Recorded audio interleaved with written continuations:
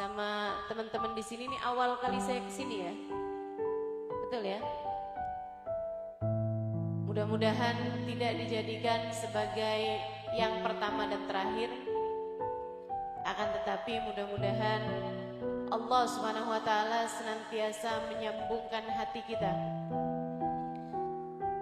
sehingga dengan tersambungnya hati akan ada perjumpaan demi perjumpaan, baik di dunia hingga mudah-mudahan Allah kumpulkan kita kelak di akhirat nanti bersama di belakang baginda kita Nabi besar Muhammad sallallahu alaihi wa ala alihi wa sahbihi wasallam, manusia yang selalu ada untuk kita, manusia yang selalu ada untuk kita. Bu, Nabimu Muhammad selalu ada untukmu. Dek, Nabimu Muhammad selalu ada untukmu, dunia hingga akhiratmu. Nak, Nabimu Muhammad selalu ada untukmu. Dari masamu sekarang, masamu yang akan datang, hingga kelak di akhirat ketika kamu sudah berpulang. Saudaraku sekalian, Nabi kita Muhammad selalu ada untuk kita. Dan itu adalah sebuah kabar gembira, fakta yang paling menyenangkan buat saya. Dan semoga juga menjadi fakta yang menyenangkan untukmu. Ketika dalam hidupmu kamu tahu bahwa kamu tak pernah sendirian. Ketika dalam hidupmu kamu tahu bahwa ada yang telah begitu menyayangimu, bahkan sebelum keberadaanmu di atas muka bumi ini. Tangannya selalu tengadah untukmu, mendoakanmu di malam-malamnya, ketika beliau telah menghabiskan nyaris panjang malamnya untuk beribadah pada Allah Subhanahu wa Ta'ala. Sesudah itu beliau menengadahkan tangan mendoakan saya, mendoakan kamu, mendoakan anak-anakmu, mendoakan cucu-cucumu bahkan. Saudaraku sekalian yang saya muliakan, Sayyidah Aisyah bercerita, "Fi dzati yaum farahtu Nabi sallallahu alaihi wasallam." Pada suatu malam saya membuat sesuatu hal yang membuat bahagia baginda Nabi besar Muhammad sallallahu alaihi wasallam. Nabi yang disenangkan oleh Sayyidah Aisyah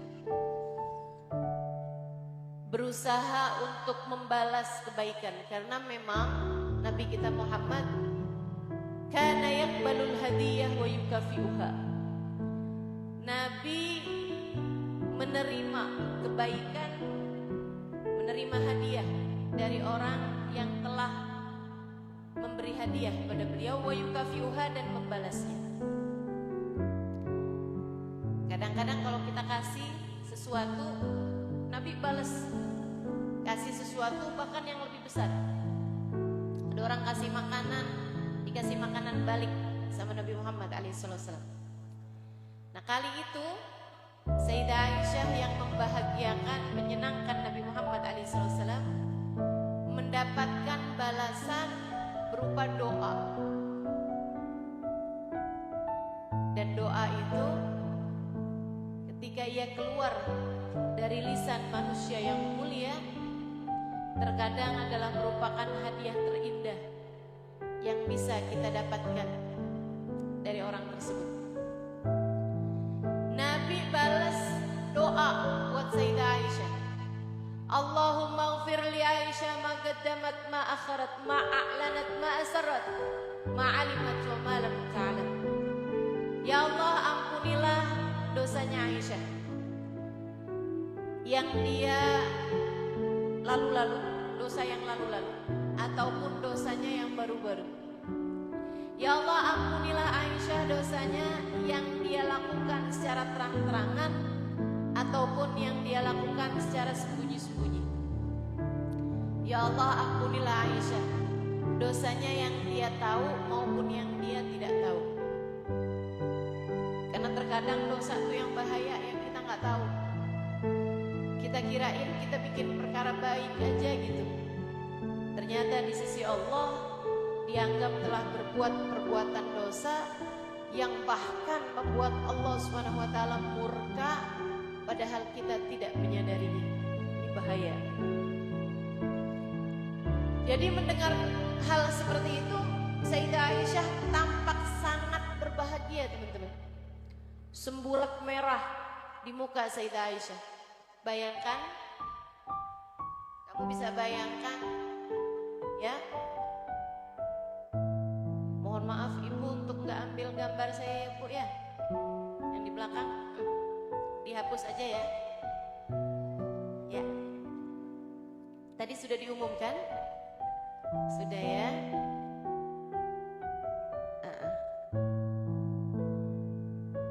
Untuk tidak ambil gambar baik foto maupun video, kalau yang mau ambil rekaman suara silahkan aja. Saya tidak suka dan tidak ridho ada di foto, ada di HP teman-teman. Tapi saya suka, saya mau, saya ada di hati teman-teman. Sebab HP bisa rusak, HP bisa hilang. Tapi kalau disimpan di hati, insya Allah mudah-mudahan bisa jadi tali yang terus menyambungkan kita dari dunia hingga akhirat, insya Allah. Amin ya rabbal alamin. Baik, teman-teman sekalian saya muliakan, kamu bisa bayangkan kalau ada orang mulia mendoakanmu dengan doa seperti itu. Ya Allah, ampuni dosanya ya Allah, yang dulu-dulu maupun yang baru-baru. Ampuni dosanya ya Allah, yang dia lakukan sengaja, terang-terangan, ataupun yang dia lakukan secara sembunyi-sembunyi. Ya Allah, ampuni dosanya ya Allah, yang dia lakukan tahu bahwa itu dosa maupun yang dia tidak tahu bahwa itu dosa. Kamu tentu senang sekali. Sayyidah Aisyah begitu, yang doa Nabi Muhammad, senangnya luar biasa. Sayyidah Aisyah merah mukanya karena senang, senyum. Nabi tanya, "Farihti bi du'ai Aisyah?" Kamu senang nih karena mendengar doa saya Aisyah? Sayyidah Aisyah mengatakan, "Bala ya Rasulullah, tentu wahai Rasul, saya sangat bahagia mendengar doamu itu, dan hari ini rasanya kayak jadi hari lebaran buat saya." Nabi kemudian berkata, "Dan simak dengan baik ini, dengarkan dengan hatimu, apalagi mengingat fakta bahwa kita jarang-jarang ketemu. Dengarkan dengan hatimu teman-teman hadis Nabi Muhammad yang satu ini, karena ini adalah hiburan bagi saya, dan semoga juga jadi hiburan untukmu, umat Nabi Muhammad sallallahu alaihi wasallam, dimanapun saja kita berada." Nabi Muhammad berkata kepada Sayyidah Aisyah, "Ya Aisyah, inni da'autu bihadhihi da'wa fi kulli lailah li ummati." Aisyah, saya berdoa dengan doa yang seperti ini setiap malam-malam saya. Ya Allah, ampunilah dosanya. Ya Allah, ampunilah dosa mereka, yang mereka tahu, yang mereka nggak tahu, yang lama-lama, yang baru-baru. Ampuni dosanya yang dilakukan sembunyi-sembunyi ataupun terang-terangan. Buat siapa Nabi Muhammad berdoa tiap malam? Li ummati, untuk umatku, kata Nabi. Untuk saya, untuk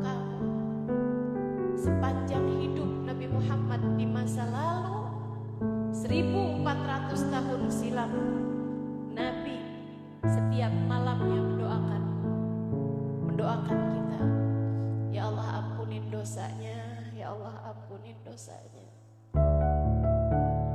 Karenanya kalau kamu merasa dalam hidupmu ada dosa-dosa yang kamu pengen tinggalin, tapi ternyata gak mudah, kamu taubatin berulang-ulang, tapi kamu kembali mengerjakannya. Mungkin kamu juga punya anak, punya saudara, punya orang tua mungkin, yang kamu melihatnya mengerjakan perbuatan-perbuatan dosa, bahkan mungkin perbuatan dosa-dosa besar. Kamu selalu mendoakan mereka, ya Allah ampunin, ya Allah ampunin, ya Allah. Kasih taubat ya Allah, kasih taubat ya Allah, kembalikan ke jalanmu ya Allah. Akan tetapi ia terus saja berbuat perbuatan dosa.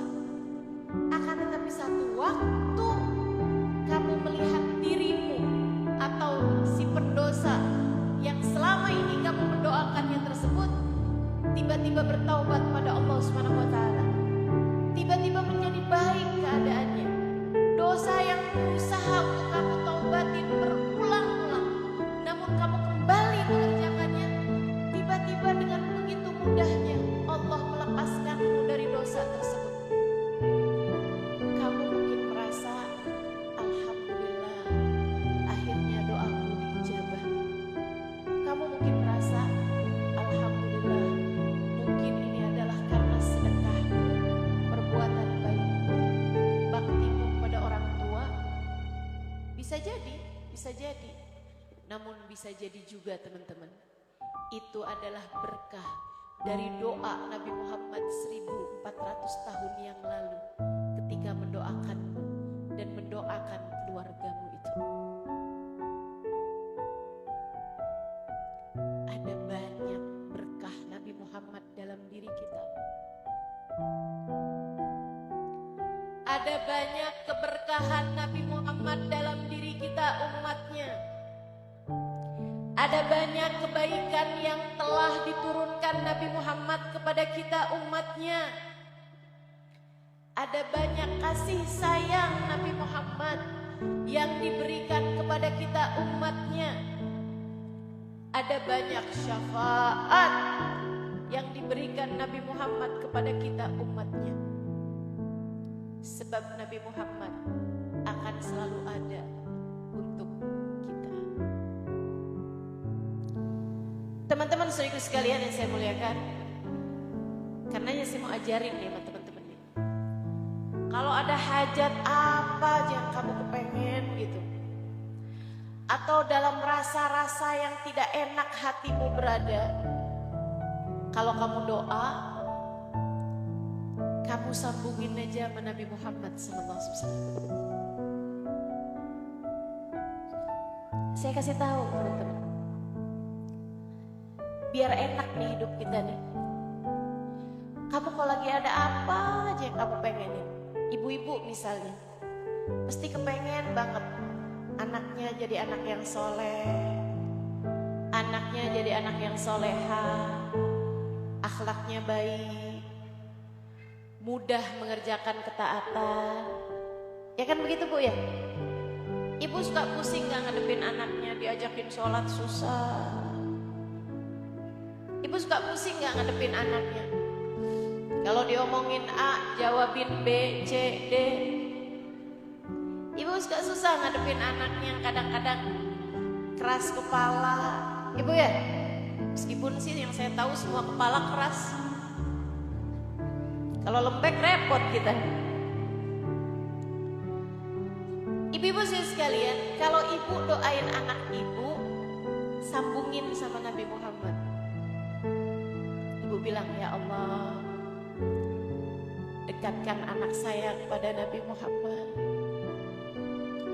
Kenalkan anak saya kepada Nabi Muhammad. Kenalkan Nabi Muhammad kepada anak saya, ya Allah.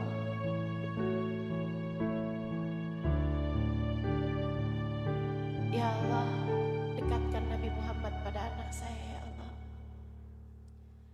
Ya Allah, jadikan Nabi Muhammad memandang anak-anak saya ya Allah. Bukankah anak saya adalah umat Nabi Muhammad ya Allah? Dekatkan mereka dengan nabinya ya Allah. Ibu-ibu sekalian, biar ada sambungan yang erat antara anakmu dengan Nabi besar Muhammad sallallahu alaihi wasallam. Kalau doa jangan cuma sekedar bilang ya Allah, jadikan anak saya anak yang pintar, jadikan anak saya ujiannya bagus, jadikan anak saya sehat. Bukan hanya sekedar itu Bu. Boleh kamu minta begitu, boleh. Akan tetapi jangan sampai kamu lupa untuk minta agar hati anak-anakmu tersambung sama Nabi besar Muhammad. Karena kalau doamu diijabah dan Nabi Muhammad secara penuh mendidik, melihat anak-anakmu, memandang anak-anakmu dengan pandangan penuh kasih sayang, beda, gak sama antara orang yang gak pernah dilihat sama Nabi Muhammad dengan pandangan penuh cinta secara langsung dengan seseorang yang hatinya telah dipandang oleh Nabi besar Muhammad sallallahu alaihi wa ala alihi wasallam. Ibu-ibu sekalian, Nabi Muhammad ada untukmu, maka pakailah kesempatan itu sepenuhnya. Ambil hadiah indah tersebut sepenuhnya.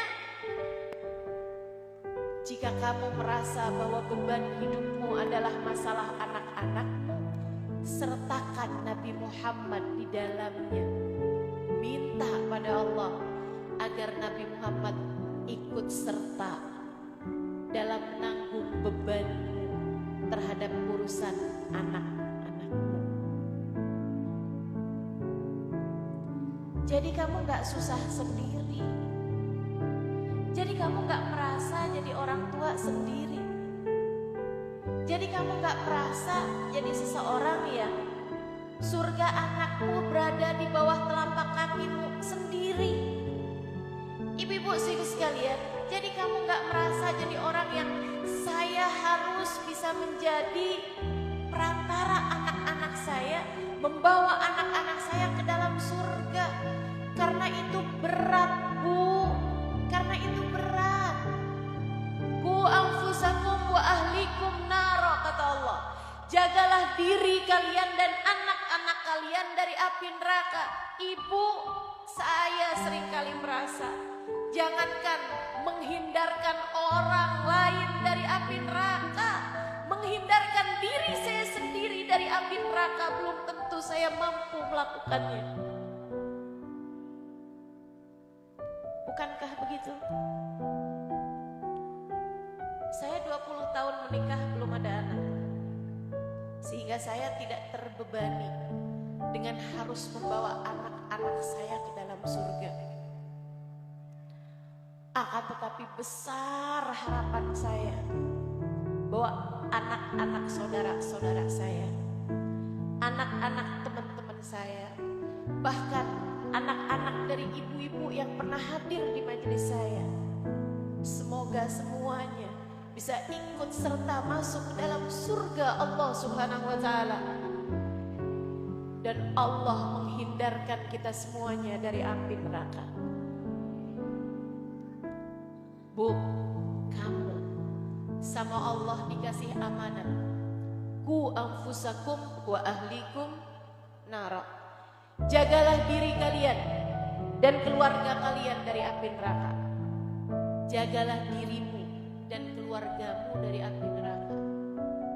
Kamu diminta sama Allah SWT buat menghindarkan anak-anakmu, cucu-cucumu dari api neraka.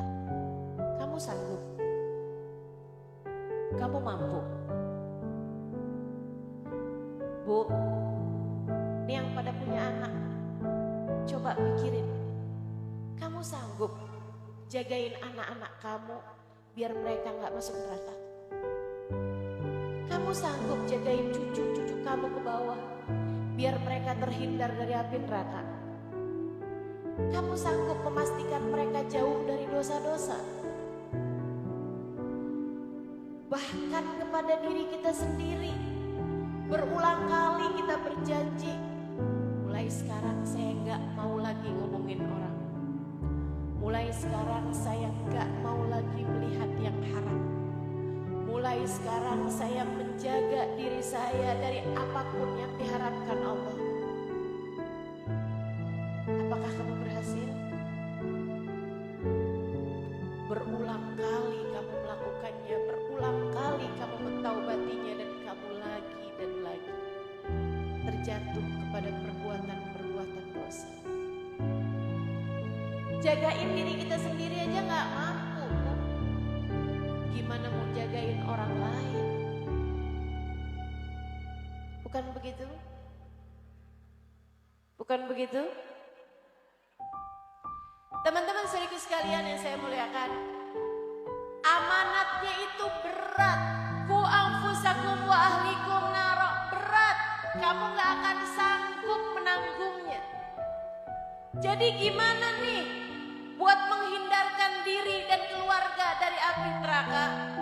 Ambil talinya, ikutlah bersandar. Sandarannya jangan kepada yang lemah. Ikutlah masuk ke dalam kapal yang paling besar, kapal penyelamat.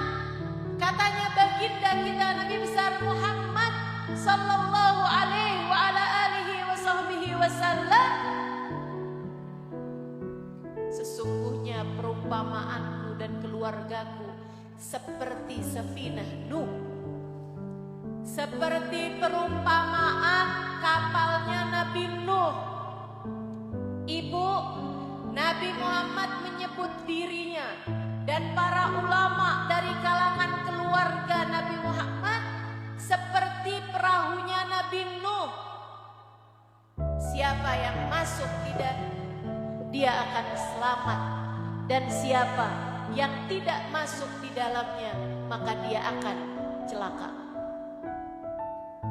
Maka ibu-ibu sekalian, kalau kamu merasa saya nggak sanggup nyelamatin diri saya dari api neraka, apalagi menyelamatkan keluarga saya dari api neraka, apa yang harus saya lakukan? Sertakan dirimu dan keluargamu masuk ke dalam perahu keselamatan milik Nabi Muhammad. Kalau kamu merasa kamu gak sanggup untuk bisa menyelamatkan dirimu dan keluargamu dari api neraka, saudara sekalian yang saya muliakan, dan kamu merasa anginnya kenceng banget nih, limbung nih diri saya nih, kalau gitu jangan berdiri, kalau gitu segeralah bersandar, dan sandarannya harus yang kuat. Sandarannya adalah bagindamu Nabi besar Muhammad. Bushra lana ma'syaral islami, inna lana minal inayati ruknan ghaira munhadimi. Lamma da'allahu da'ina li ta'atihi bi akramir rusli kunna akramal umami. Kata sahibul burdah Al-Imam Al-Busiri, busyra lana ma'syaral Islam, beruntung sekali kita nih umat Islam.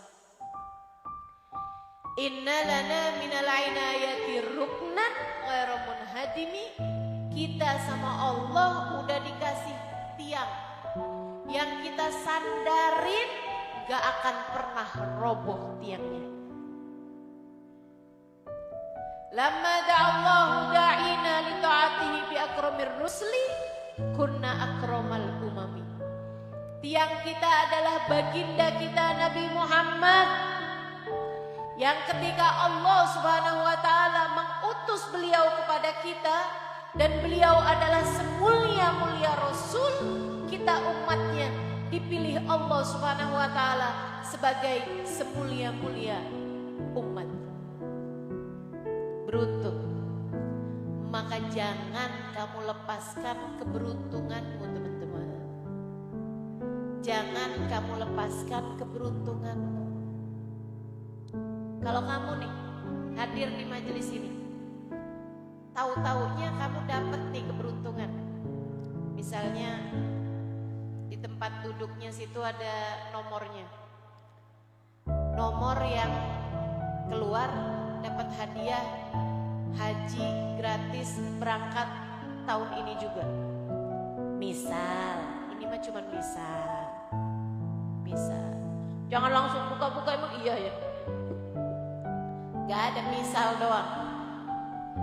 Terus ternyata yang keluar undian adalah nomor tempat duduk yang kamu duduki itu.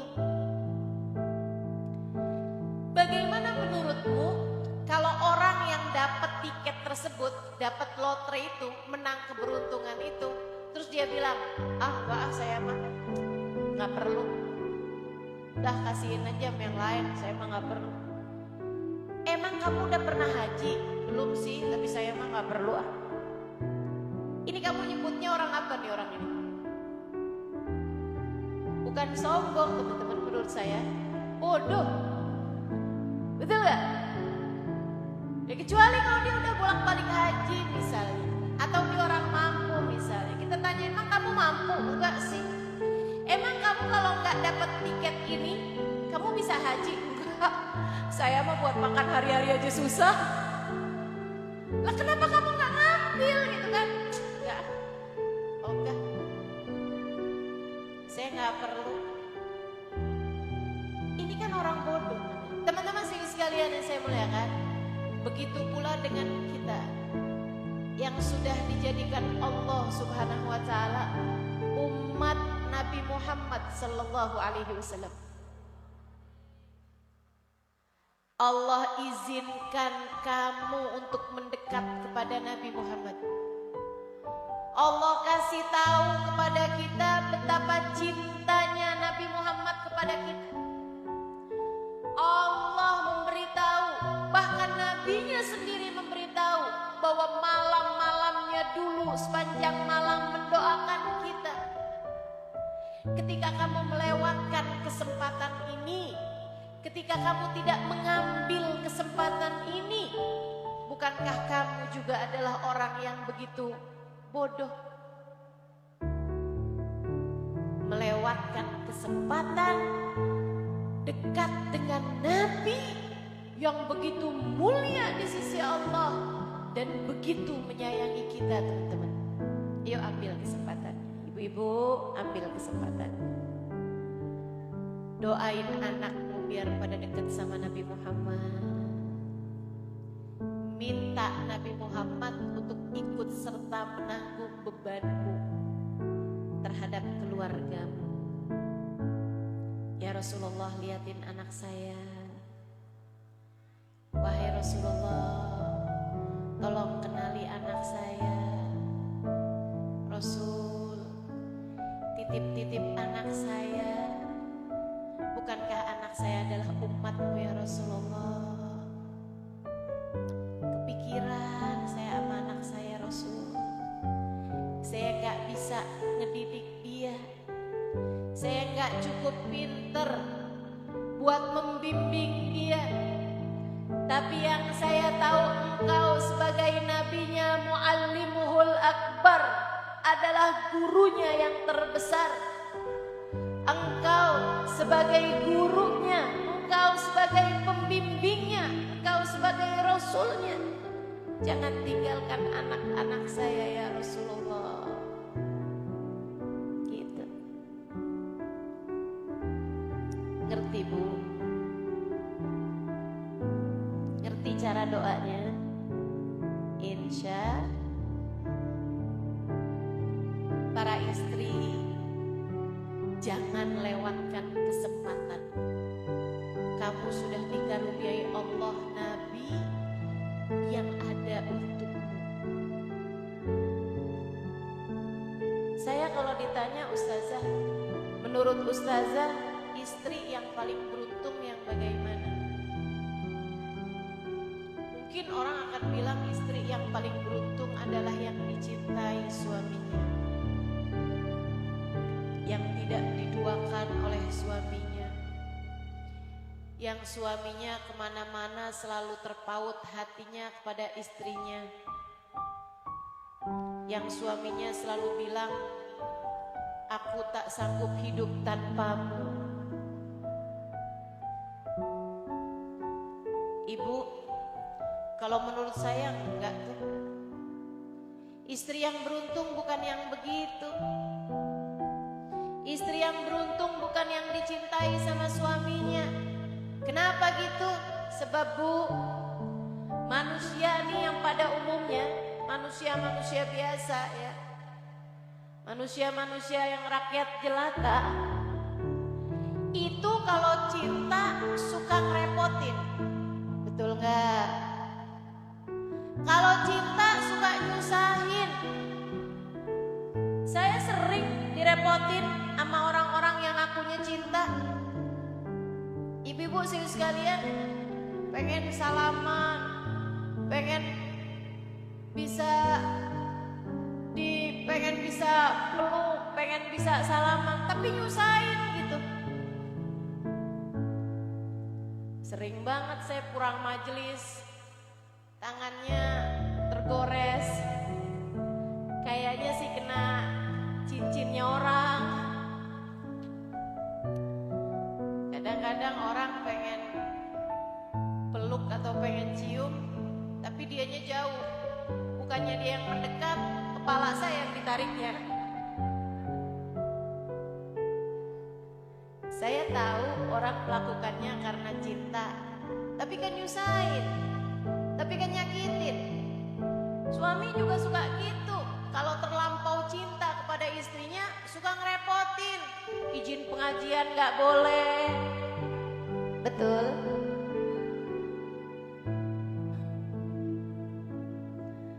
Kamu mau jengukin orang tua di luar kota susah. Karena katanya suaminya terlalu cinta gitu. Nah ini kan manusia tuh kalau cinta suka ngerepotin. Ntar suaminya saya pernah tahu tuh, ada istri yang suaminya tuh ngikutin dia mulu kemana istrinya pergi. Ke dapur diikutin, ke ruang tamu diikutin. Masya Allah. Sampai bilang sama saya, Ustazah doain apa Ustazah, ini suami saya nih ampun dah, kemana aja saya pergi dikintilin aja, diikutin aja. Saya kan risih Ustazah. Ternyata dicintai manusia tuh gak selalu enak teman-teman, gak selalu enak. Saudaraku sekalian yang saya muliakan, terus istri paling beruntung yang bagaimana? Menurut saya, kalau kamu tanya saya, istri yang paling beruntung yang dicintai sama Nabi Muhammad. Istri yang paling beruntung yang dicintai sama Nabi Muhammad.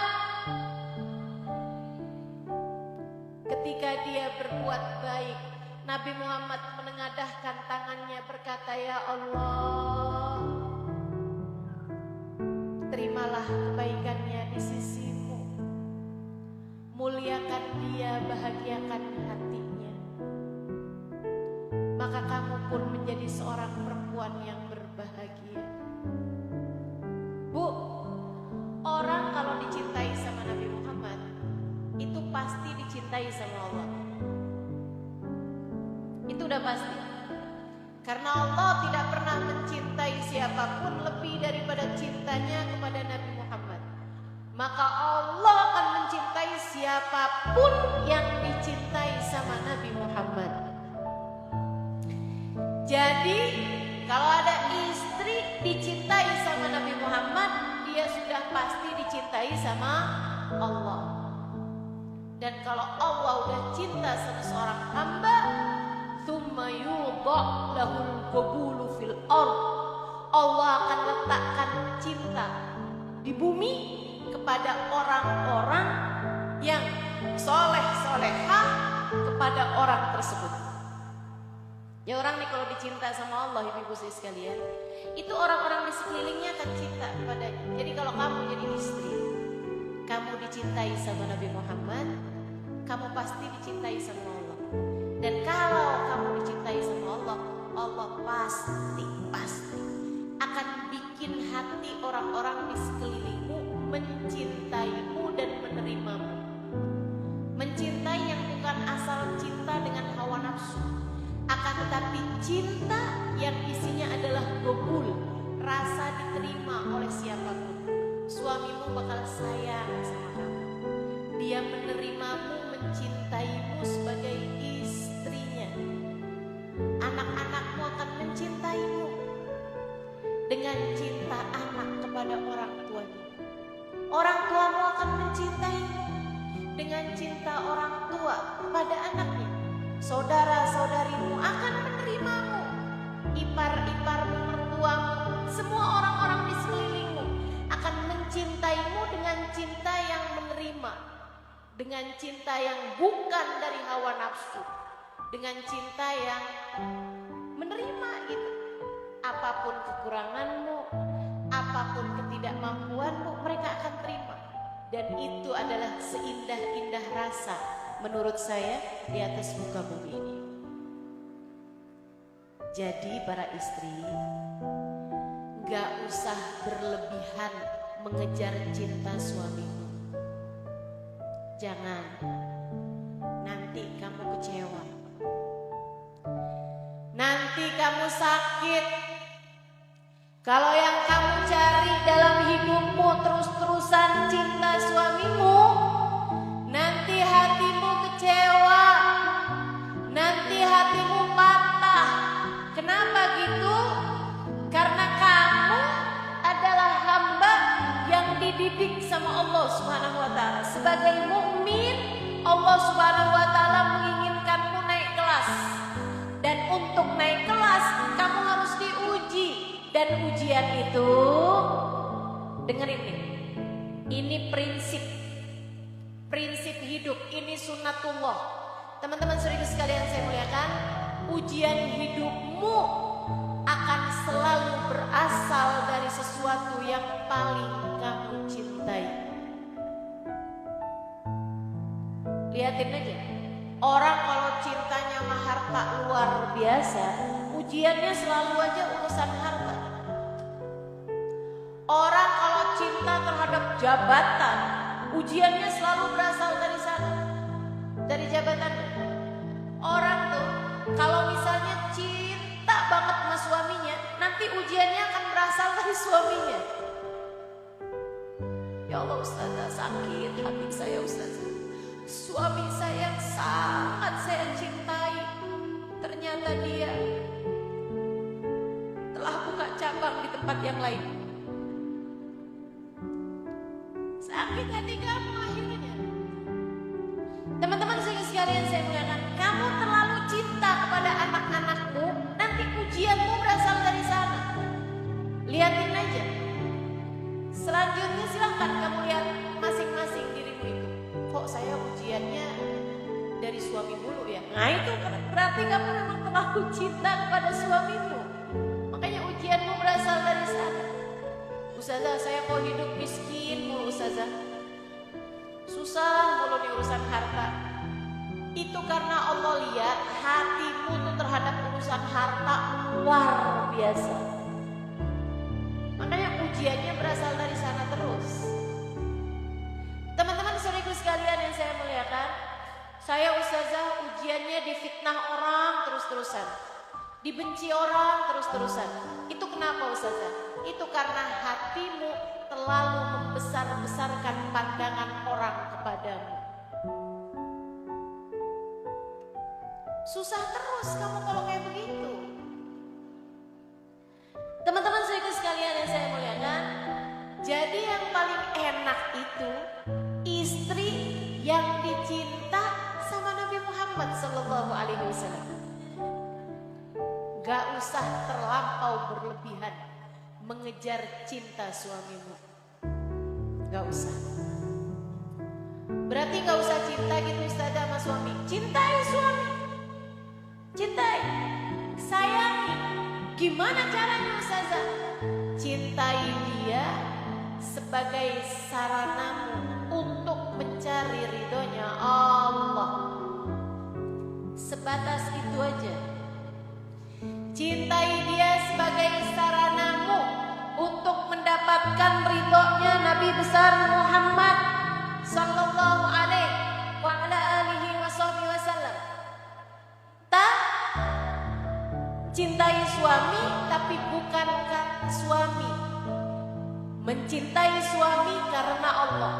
Setiap lihat suami ingatnya ini adalah jalan surga saya. Ini adalah jalan saya mendapatkan ridho Allah Subhanahu wa taala. Gitu. Kalau kamu lihat suami, setiap kali melihat suami, ingatnya dia adalah jalan surgamu. Teman-teman sekalian, jadinya gini nih. Kalau suami lagi menyenangkan, alhamdulillah, jalan surga. Surga memang menyenangkan, makanya ini luar biasa. Alhamdulillah. Kalau suamimu lagi menyebalkan, kamu ingat-ingat juga jalan surga. Surga emang berat. Sesuatu hadiahnya surga emang berat. Kalau ringan, hadiahnya gak bakalan surga. Hadiahnya palingan kipas angin sama Indomie sekerdus. Gitu teman-teman. Cara kamu melihat suamimu itu gak usah yang ini adalah belahan jiwa saya. Kamu nanti kalau begitu caranya, kalau kamu kehilangan suamimu, kamunya tinggal sebelah. Kamunya tinggal separuh kalau kamu lihat suamimu sebagai separuh jiwa kamu. Kan begitu? Suamiku adalah jantung hatiku. Kamu begitu kehilangan suami, nanti kamu gak punya jantung. Kamu gak punya hati. Kamu bakalan sakit hati. Gak gitu caranya, gak gitu cara. Cintai suamimu hanya sebatas Nabi Muhammad tuh ridho sama istri yang baik sama suaminya, sama istri yang solehah, sama istri yang menyayangi, mencintai suaminya. Gitu.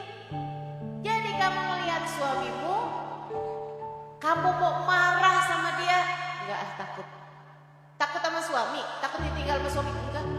Saya enggak takut ditinggal sama suami, saya takut ditinggal sama Nabi Muhammad. Saya takut di akhirat kalau saya enggak baik sama suami saya takut di akhirat nanti saya enggak digiring di belakang Nabi Muhammad. Sebab Nabi Muhammad gak suka sama istri-istri yang tidak solehah. Sebab Nabi Muhammad gak ridho sama istri-istri yang durhaka sama suaminya, sama istri-istri yang gak nurut sama suaminya. Nabi Muhammad gak suka. Maka ketika kamu berbuat baik pada suamimu, kamu menyayangi suamimu, kamu patuh terhadap suamimu, bukan karena kamu mencari cintanya, bukan karena kamu berharap transferannya lebih banyak, bukan karena kamu berharap dia tidak membagi cintanya dengan perempuan yang lain, akan tetapi kamu berharap Allah ridho padamu, kamu berharap Nabi Muhammad cinta padamu. Enak tuh kalau kayak gitu. Enak. Kalau suaminya balas alhamdulillah. Suaminya nggak balas juga nggak apa-apa. Orang kita nggak ngerti ya kok. Yang kita harap Nabi Muhammad mencintai kita. Kan begitu? Ringan hidupmu teman-teman. Ringan hidup. Ini saya sampaikan cara berpikir seperti ini karena saya sayang. Saya sayang sama semua umat Nabi Muhammad SAW. Maka istri paling beruntung yang dicintai sama Nabi Muhammad. Nabi itu kalau cinta sama seseorang, dia Dia paling tahu bagaimana harus berbuat padanya. Diselamatkannya kamu dari dunia hingga kelak di akhirat nanti. Nabi kalau cinta kepadamu, dipenuhinya kebahagiaan dalam hatimu, dipenuhinya rasa bahagia dalam hatimu. Kenapa bisa begitu? Emang Nabi punya apa, Ustazah? Nabi punya cintanya Allah. Nabi akan mengangkat tangannya untukmu, kemudian akan berkata, ya Allah, sayangilah umatku fulana, sayangilah umatku fulan, sayangilah dia ya Allah. Nabi kalau cinta, Nabi itu orangnya ringan untuk berdoa. Emang Ustazah, Nabi saat ini bisa mendoakan kita? Oh, kamu belum tahu ceritanya. Nabi itu selalu ada untuk kita, teman-teman. Dengarkan hadis yang diriwayatkan oleh Imam Bukhari alaihi ridwanullah. Nabi Muhammad alaihi sallallahu wasallam berkata kepada para sahabatnya, hayati khairul lakum wa mamati khairul lakum. Hidupku baik untuk kalian, mati aku pun baik untuk kalian. Sahabat bingung, kemudian bertanya, hayatukum khairul lana. Hidupmu baik untuk kami, itu iya wahai Rasul. Namun bagaimana mungkin kau wafat pun baik untuk kami? Nabi Muhammad berkata, urridat alayya a'malukum wa ana fi qabri. Jadi Nabi itu bilang, saya hidup nih baik buat kalian, saya meninggal dunia tetap baik buat umat saya. Kayak kita nih sekarang mendapati Nabi Muhammad telah wafat. Nabi Muhammad bilang, baik tuh buat kalian.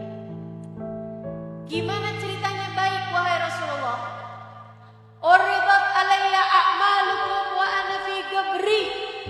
Kata Nabi, kalau saya udah berada dalam kubur saya, perbuatan kalian setiap hari ini diajukan kepada saya.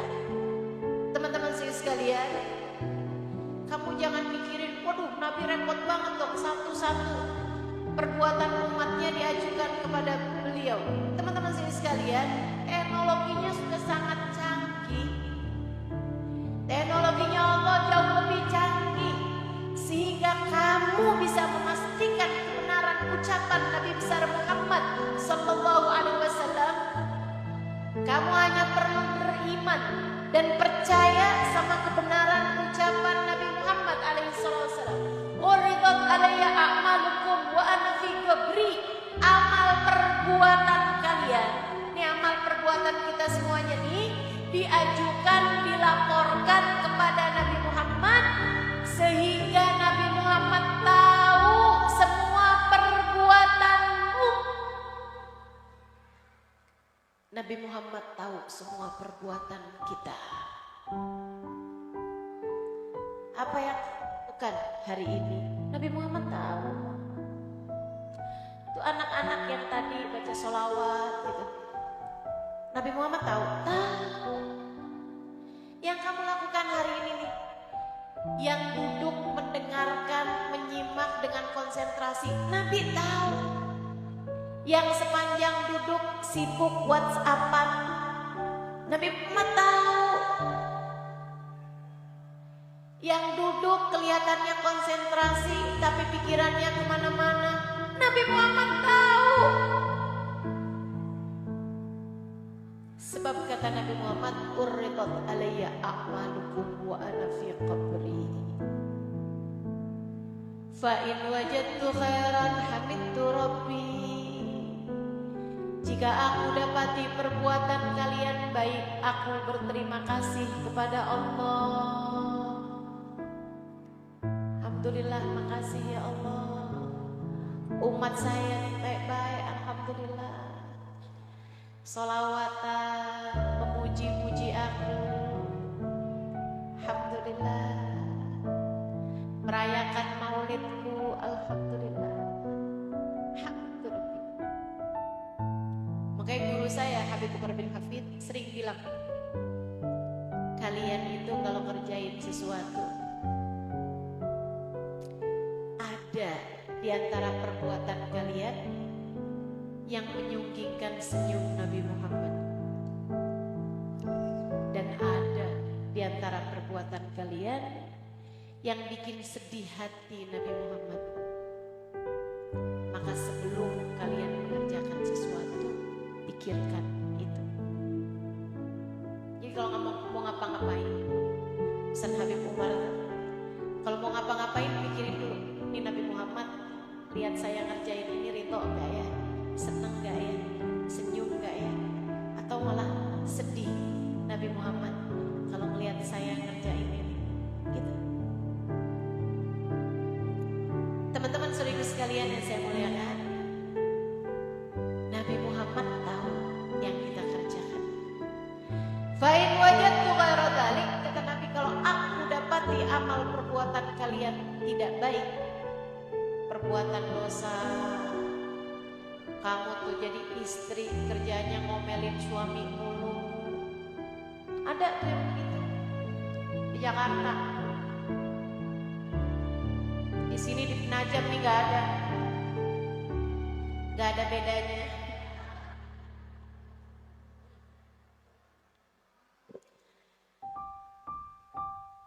Malu gak sih kalau Nabi Muhammad tuh bolak-balik tahu kamu sedang ngomelin suami kamu mulu? Malu gak? Bayangin deh, malu gak? Ibu-ibu saudara sekalian yang saya muliakan, kamu kalau dilihat sama Nabi Muhammad marahin anak mulu, mukul anak, jewer anak, ngata-ngatain anak gitu, terus sejak kamu kerjain kayak begitu, coba deh kamu pikirin, malu gak kira-kiranya kalau Nabi Muhammad tahu? Malu pasti. Kamu bayangin nih sekarang ya, kamu bayangin, kamu pulang dari sini nih, kamu pergi ke Indomaret. Ada Indomaret di sini? Ada ya. Kamu lagi masuk Indomaret, bawa anak kamu umur 5 tahunan, 4 tahunan. Tahu-tahu anak kamu numpahin sesuatu gitu, bikin jatuh, tumpah susu misalnya. Kamu marah banget, kesel banget. Kamu kamu pengen pukul dia, tahu-tahu saya lewat. Ceritanya saya juga lagi mau masuk Indomaret misal. Begitu saya lewat, Ustazah, jadi nggak memukul anak? Nggak jadi. Yakin saya nggak jadi.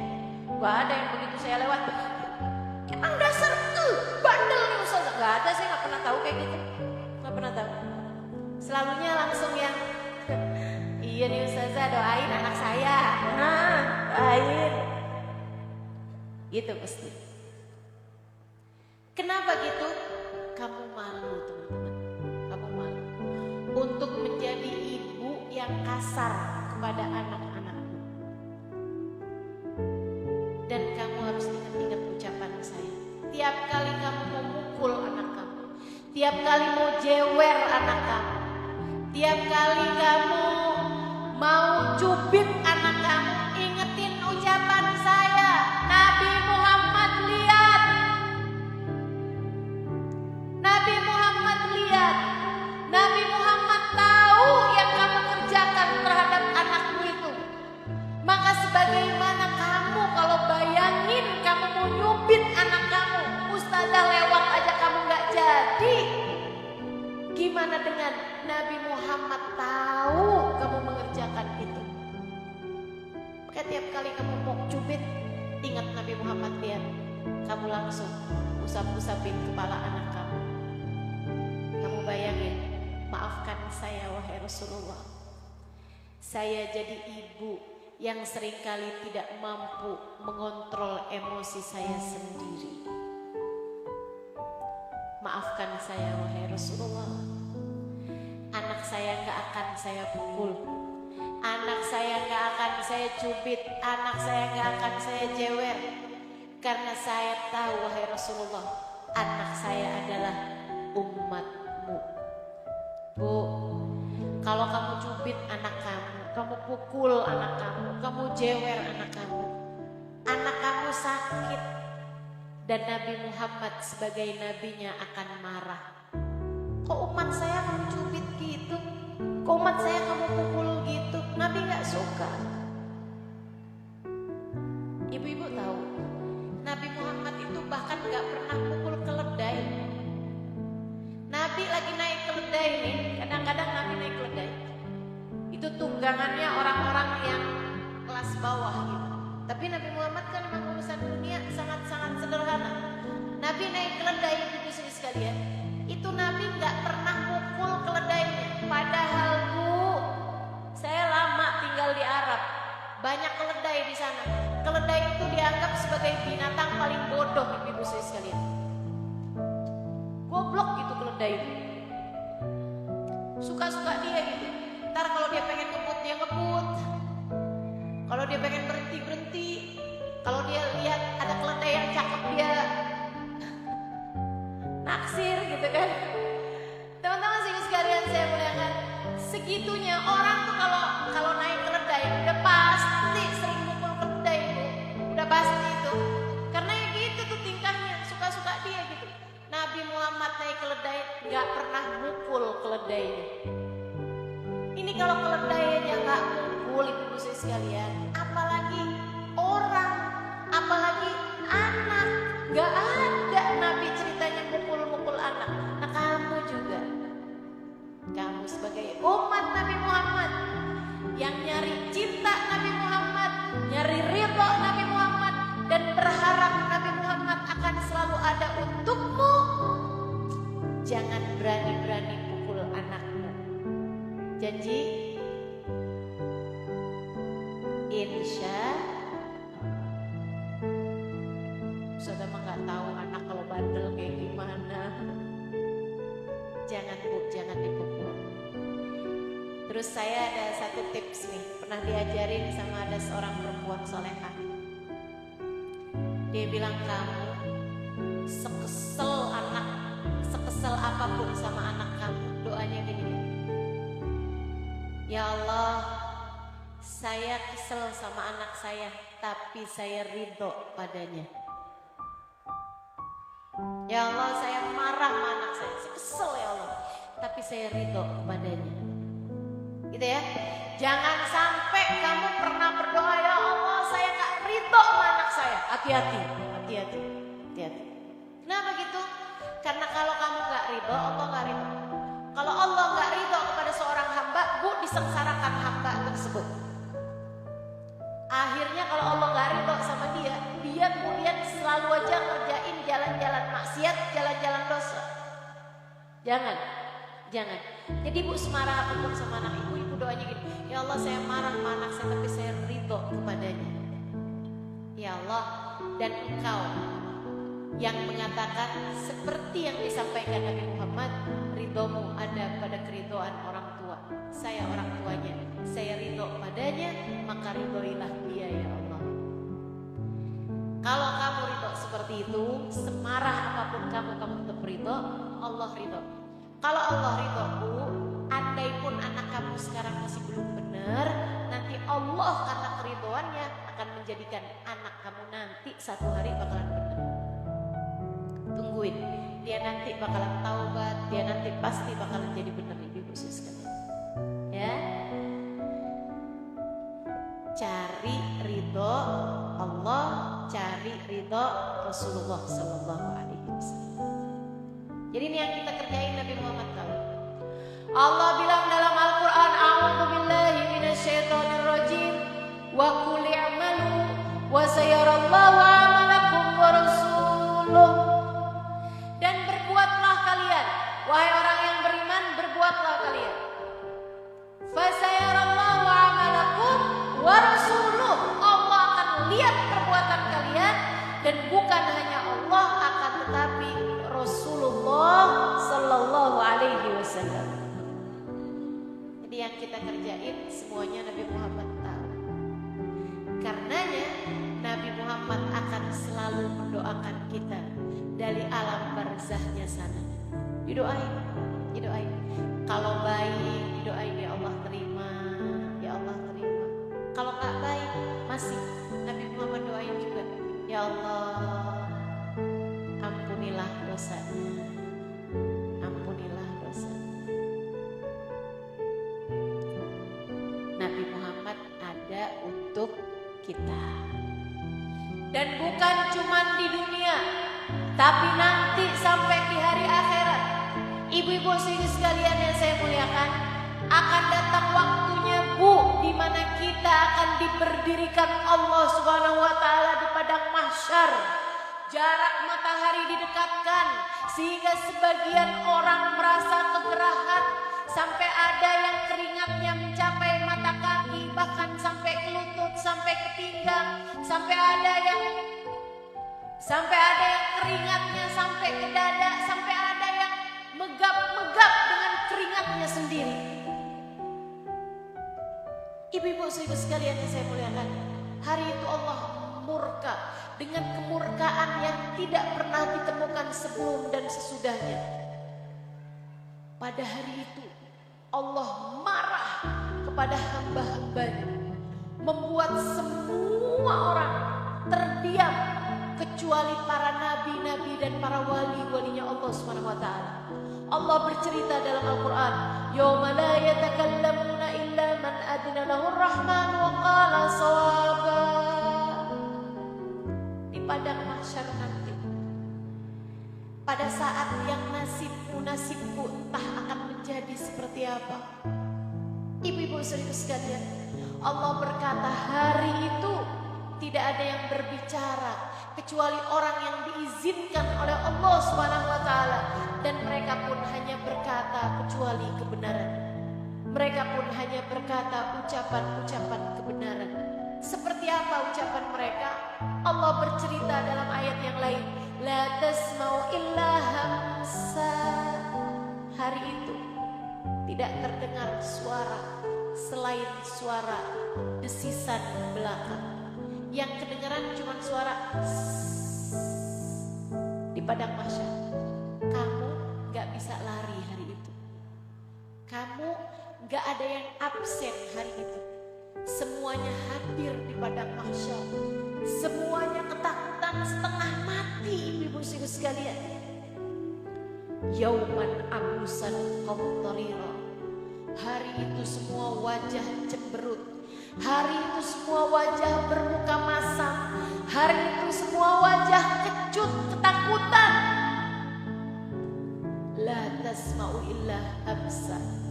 Tidak kedengeran suara kecuali suara desisan belakang.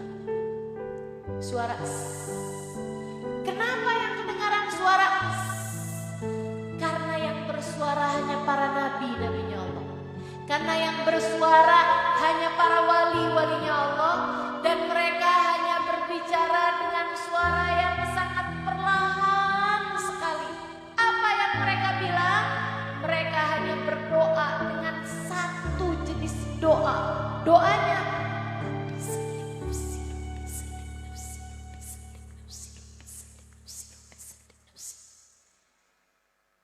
sehingga yang terdengar hanya suara di padang mahsyar nanti.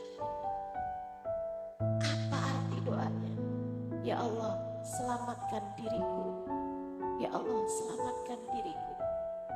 Nabi Adam, nabi pertama, manusia pertama yang ada di atas muka bumi, hanya berkata, Rabbi salim nafsi, Rabbi salim nafsi, Rabbi salim nafsi. Ya Allah, selamatkan diriku. Dia tidak mendoakan Hawa, dia tidak mendoakan anak cucunya. Dia hanya berkata, ya Allah, selamatkan diriku.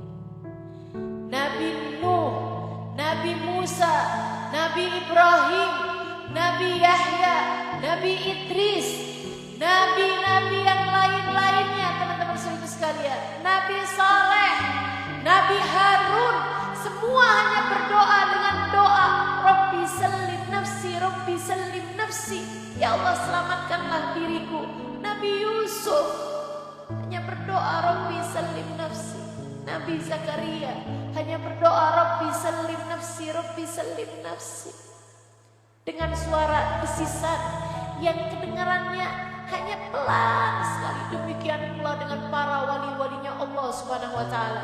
Sayyidina al-Faqihil Muqaddam, Sayyidina Syekh Abu Bakar bin Salim, Sayyidina Syekh Abdul Qadir Al-Jailani, Sayyidah Rabi'ah Al-Adawiyah, dan para wali-wali yang lain-lainnya, teman-teman sekalian. Hari itu mereka hanya berkata dengan suara desisan belaka, Rabbi sallim nafsi, Rabbi sallim nafsi. Ya Allah, selamatkanlah diriku, selamatkanlah diriku. Satu-satunya suara yang berbeda adalah suara Nabi Muhammad sallallahu alaihi wasallam. Tidak dengan suara pelan. Beliau berdoa dengan suara yang lantang. Rabbi sallim ummati, Rabbi sallim ummati. Ya Allah, selamatkanlah umat saya. Ya Allah, selamatkanlah umat saya. Siapa yang didoakan Nabi Muhammad hari itu? Saya, kamu, kita semua. Jika kita meninggal dunia dan tetap berpredikat sebagai umat Nabi Muhammad sallallahu alaihi wasallam. Saya, kalau sampai saya meninggal dunia dan saya semoga masih berstatus sebagai umat Nabi Muhammad sallallahu alaihi wasallam. Kamu kalau meninggal dunia dan statusmu tetap umat Nabi Muhammad sallallahu alaihi wasallam, kita semua kalau kita meninggal dunia dan status kita adalah umat Nabi Muhammad sallallahu alaihi wasallam, maka sampai di padang mahsyar Nabi Muhammad akan tetap ada untuk kita, teman-teman. Nabi Muhammad tetap ada untuk kita. Bahkan di saat yang lain-lain hanya akan mendoakan diri mereka sendiri, Nabi Muhammad akan tetap mendoakan. Bahkan sampai di mizan, saat amalmu ditimbang, bahkan sampai melewati jembatan, Nabi orang pertama yang lewat jembatan, sebab kunci surga ada di tangannya. Nabi berkata, Ana awal man dakhala al-jannah wala fakhr. Akulah orang pertama yang akan masuk ke dalam surga, dan aku tidak berbangga atas hal tersebut. Saudara sekalian saya muliakan, Miftahul jannah biyadi wala fakhr. Kunci surga aku yang pegang, kata Nabi Muhammad, dan aku tidak berbangga atas hal tersebut.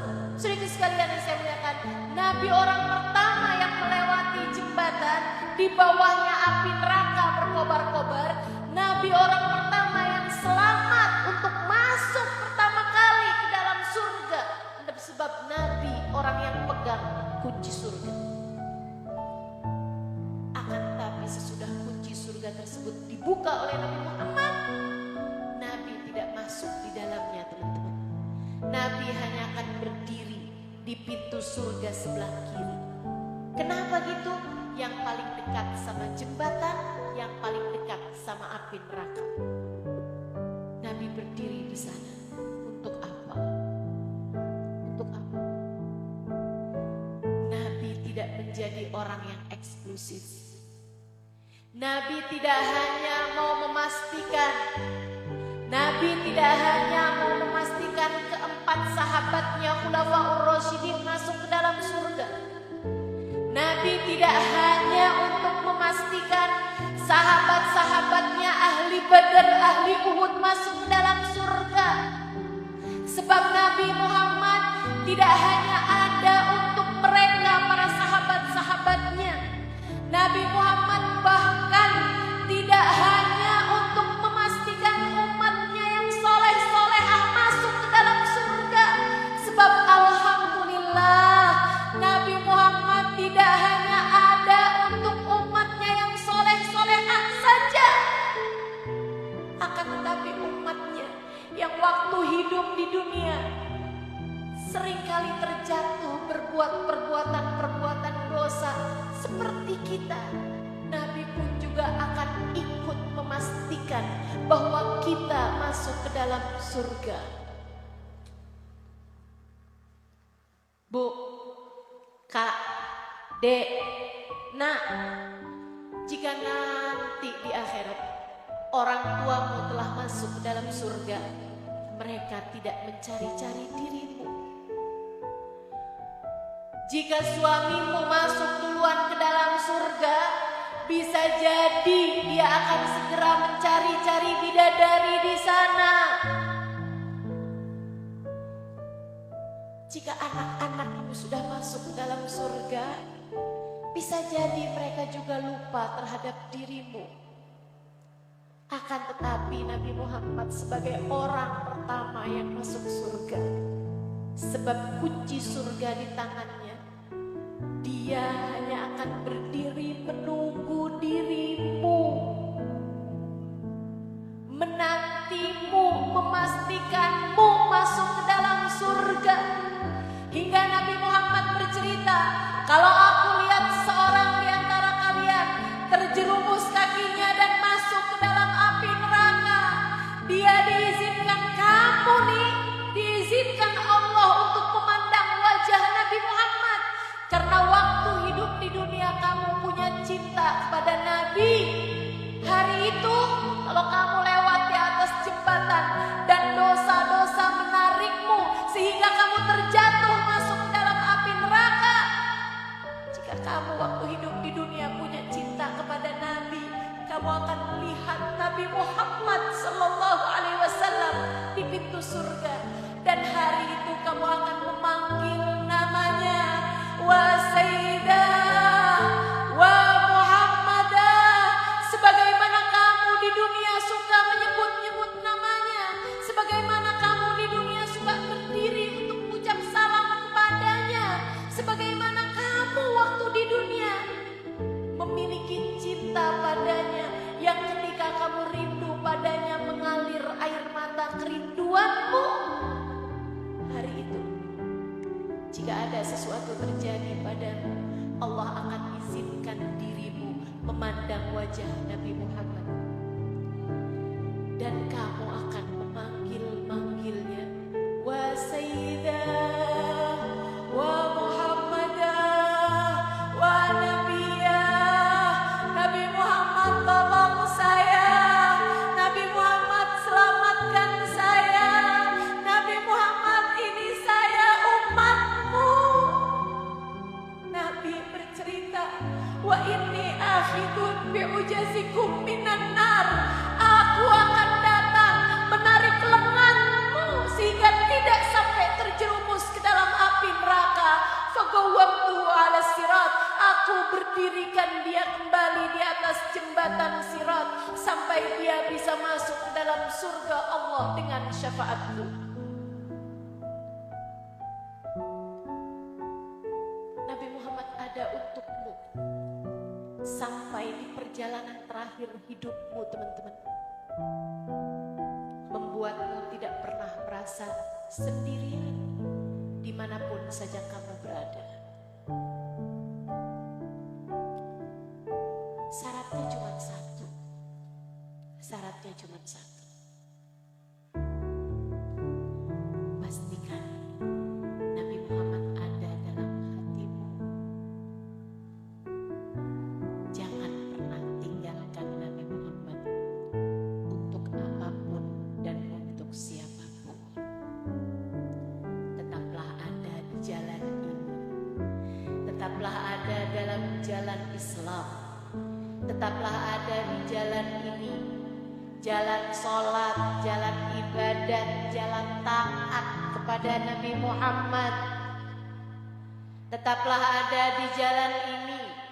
Jalan cinta, jalan rindu, jalan dekat dengan Nabi Muhammad. Karenanya teman-teman sekalian, jika kamu tahu bahwa Nabi Muhammad akan menjadi orang, satu-satunya orang yang akan selalu ada untukmu, pastikan jangan pernah berani mati kecuali bawa cinta kepada Nabi. Pastikan Nabi Muhammad ada dalam hatimu dan tidak akan pernah kamu keluarkan lagi. Pastikan kamu kenal sama Nabi Muhammad, kamu dekat sama Nabi Muhammad, kamu sayang sama Nabi Muhammad, kamu cinta sama Nabi Muhammad, kamu rindu